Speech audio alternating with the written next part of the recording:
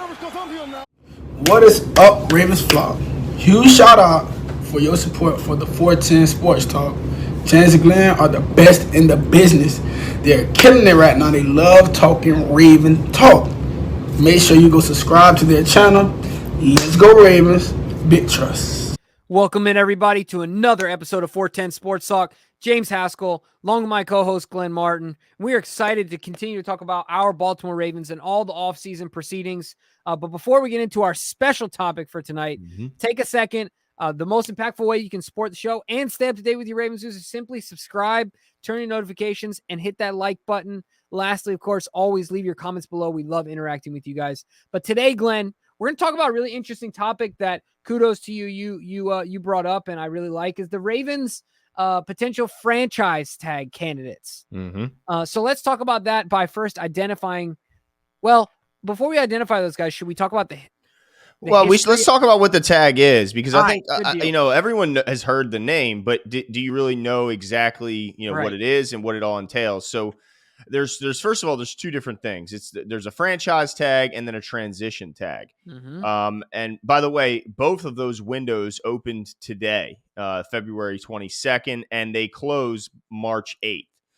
So that's the window of time where you can apply those tags, or both either franchise or transition. And then, of course, it limits certain negotiation, but you do have windows in that area where you can negotiate a long-term deal. But the big thing is, people have to remember that a franchise tag is not cheap. This is not something. This is a thing that was developed and negotiated between the players and the owners to make sure that a certain player can remain on the franchise, but he has to be fairly compensated for that year. That's preventing him from going out and testing the market.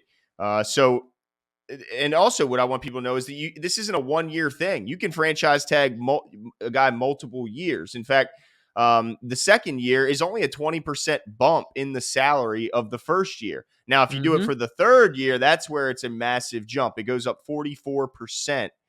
From year 2. So basically, if you pay a guy $10 million in year 1 and then you tag him 2 more years, you're going to pay him $40 million over that 3-year stretch. So it is a massive investment.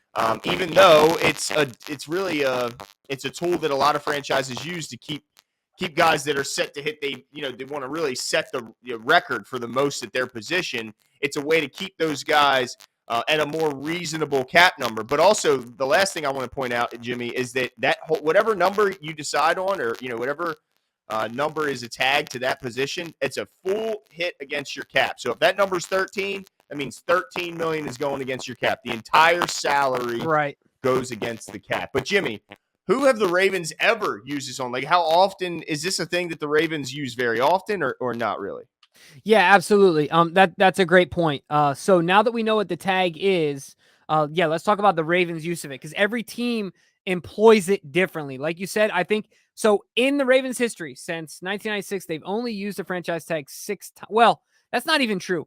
They've only used a franchise tag 5 times. It looked to be that there were going to be 6 in total, but only 5 times. So I'm just going to briefly talk about those scenarios and the differences. So let me back up. There's only been one, and it was way back in 98 that they actually gave the tag to, and he played the whole season on the tag.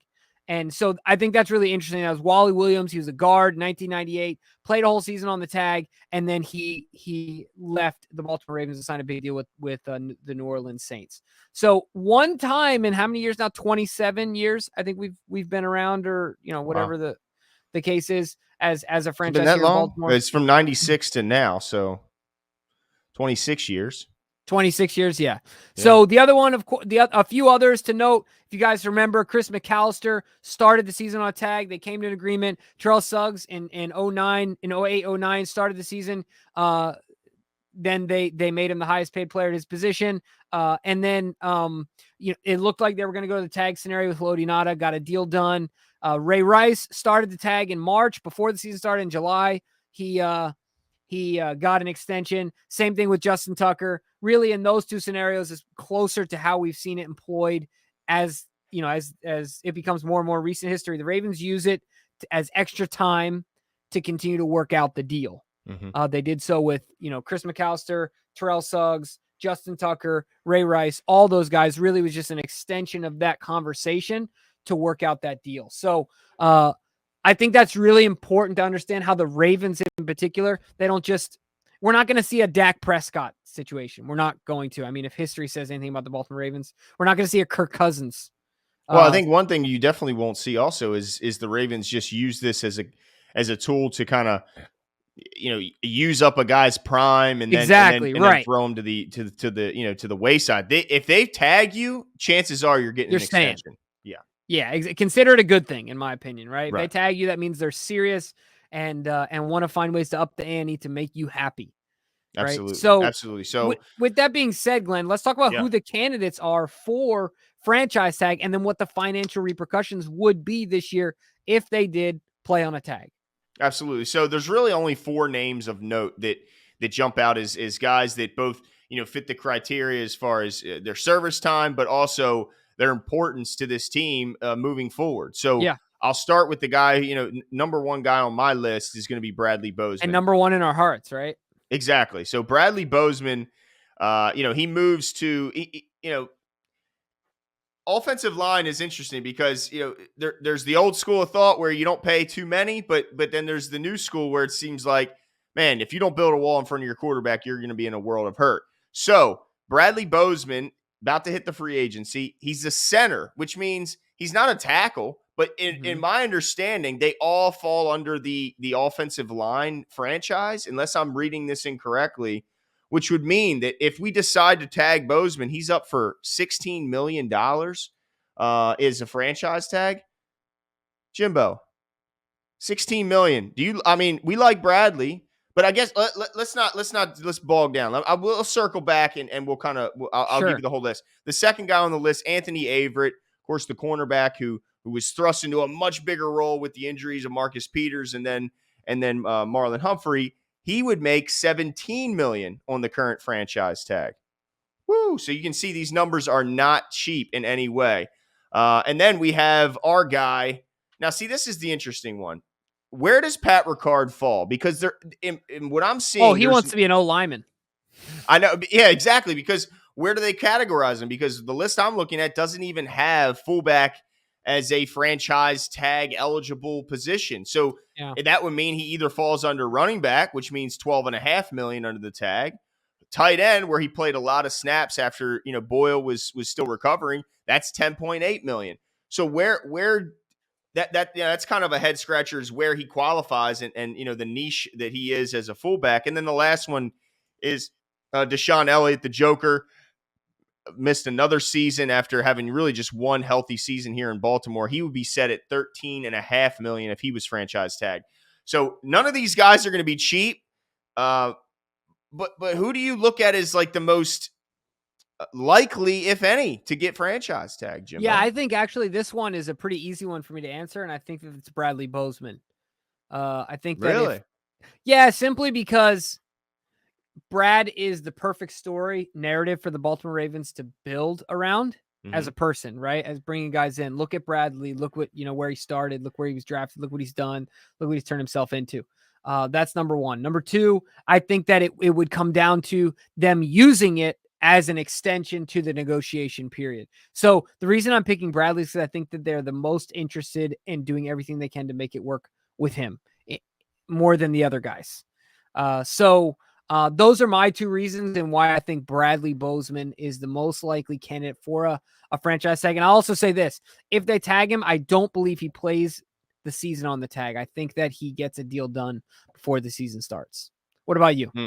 Man, I don't think, I think the most likely one would be, it would have to be Pat Ricard for me, but I'm still unsure what that number is because he's such it's again, I looked on a different website. Even Spotrac doesn't have a fullback as a listed position. So but the reason I picked it is because at running back, they have it here listed at $9.5 million. So it's the most reasonable, but I don't see them paying Pat Ricard $9.5 million. Right. So honestly, I don't think it's any of these guys. I don't see them paying Bradley Bozeman. But I guess my question is then, is this, if you had to pick one? No. Oh, So okay. even if they give them the tag, I'm also saying that, look, if they give Bradley Bozeman the tag, he's not playing on the tag. Right. But I think he will. You know what I mean? I certainly I see your point, but that also means that they have to at least feel good about the possibility that he could play under that Yeah. range, that money. And I, because if not, then why not just get the deal done now? Like, why even, if you're so confident you will get a deal done, that Mhm. you're willing to tag him and risk paying him $16.5 million. I mean, honestly, I don't think Anthony Averett is worth 17. I don't think Deshaun Elliott is worth 13. Any of these guys are going to be worth that. So unless, like you said, that they're so guaranteed, like they are so sure that they just need that extra 2 months or whatever it is to get that deal done to lower that number. I, I mean, I wouldn't feel comfortable with any of these guys under that cap number unless you come back to me and tell me that Pat Ricard is going to be really truly paid the average of the top three, or what is it, 3 or 5 highest paid fullbacks. Then I might be okay with that. But if you're paying him as a running back, then I'm out on that one as well. Yeah, man, it's gonna be really interesting. I think you bring up an intriguing answer. In that, honestly, it might not be any of them. The Ravens might just have to stomach the idea of losing them, and that's what it is at the end of the day. But it's gonna be interesting nonetheless. I think, like you said, at the end of the day, most like the I would say the most likely person is Bradley Bozeman. Mm.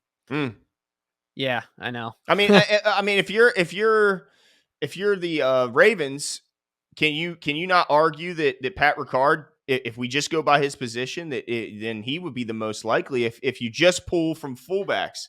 But if you're his Right, agent, you're right, probably right. going, No. you Yeah, got to pay him as a running back, and then that's not going to happen. But none of these guys, to me, have done enough to warrant that paycheck. But if you're yeah. The simply other thing to using keep it in to mind. bridge, Yeah, sorry. I was going to mention the other thing to keep in mind, Glenn, is that if you look at the Chris McAllister deal, if you look at the Terrell Suggs deal, if you look at the Justin Tucker deal, if you Mhm. look at the Ray Rice. Ray Rice deal, and even the Holy United deal, which looked like it was headed to a franchise tag, they just got the deal done like right before the deadline. Mm-hmm. Terrell Suggs, of all of them, they got paid as, in the top 3 in their position. Terrell Suggs, highest paid in his position. Mm-hmm. Justin Tucker, highest paid, and Chris McAllister. So with that being the case, the question really becomes: are you okay with making Bradley Bozeman, based on history, the highest paid center, or one? And you're right, and I don't think that you're right. I mean, I don't think the Ravens are ready to do that. But let us know what your guys' thoughts are. Yeah.